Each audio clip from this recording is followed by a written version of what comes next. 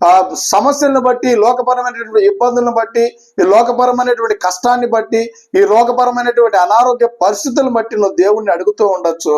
దేవా నాకు ఈ సమస్యను తీసివేయి, దేవా నాకు ఈ అనారోగ్య పరిస్థితి నుంచి తొలగించు, దేవా ఈ అప్పు బాధల నుంచి నన్ను విడిపించు అని నువ్వు దేవుణ్ణి అడుగుతున్నావేమో.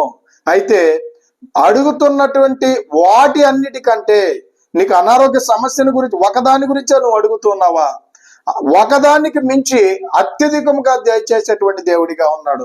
నీ ఊహకు కూడా మించినటువంటివి అద్భుత కార్యాలు నీ పట్ల చేయడానికి దేవుడు సిద్ధంగా ఉన్నాడు కనుక ఈ దినము నుంచైనా మనము దేవుణ్ణి అడిగేటువంటి వారంగా మనం ఉండాలని కోరుకుంటూ ఈ దిన వాగ్దానము మీ జీవితాల్లో నెరవేరును గాక.